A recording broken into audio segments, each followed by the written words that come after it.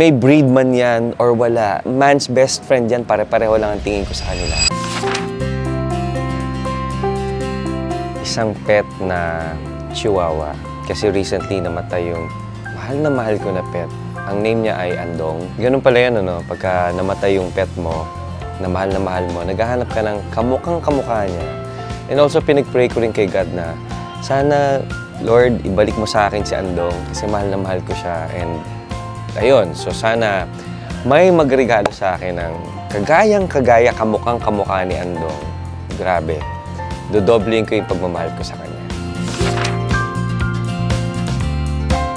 Well, dog lover kasi ako eh. Pero never pa ako na-experience magkaroon ng cat. Gusto ko naman magkaroon ng pusa para ma-experience ko naman paano naman magmahal ang mga pusa. Kasi yung mga dogs kasi grabe sila magmahal eh. Very loyal. Lagi lang sila nag-iintay sa atin. So yung cat naman gusto ko ma-experience. Minsan naawa ako pag may nadadaanan ako na aso na hindi niya alam kung saan siya kakain, naghahanap siya ng pagkain, nasa kalye lang. Parang naawa ako eh. Kaya minsan nagdadala ako ng mga dog food na kung safe yung aso, pinibigyan ko siya ng dog food. Sana dalhin natin sila sa isang shelter na mabibigay talaga yung pangangailangan nila. Na yun, mabibigyan sila ng mga shots para sa kanilang, para mas maging healthy sila.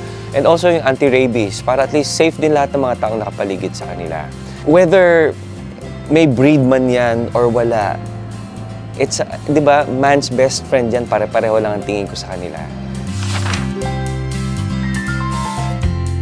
Magkaroon ng enough funds ang gobyerno na mapupunta talaga sa mga tao. Imaginein mo, minsan, para lang magkaroon ng tamang edukasyon ng mga bata, naglalakbay sila ng 2 oras, naglalakad.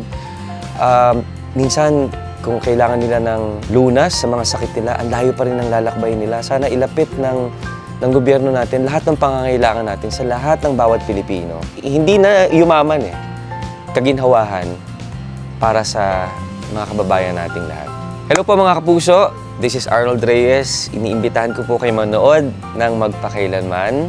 Hashtag po, my birthday wish. Ang pangalan po ng character ko dito na mapapanood nyo ay si Randy. So, abangan po ninyo yan.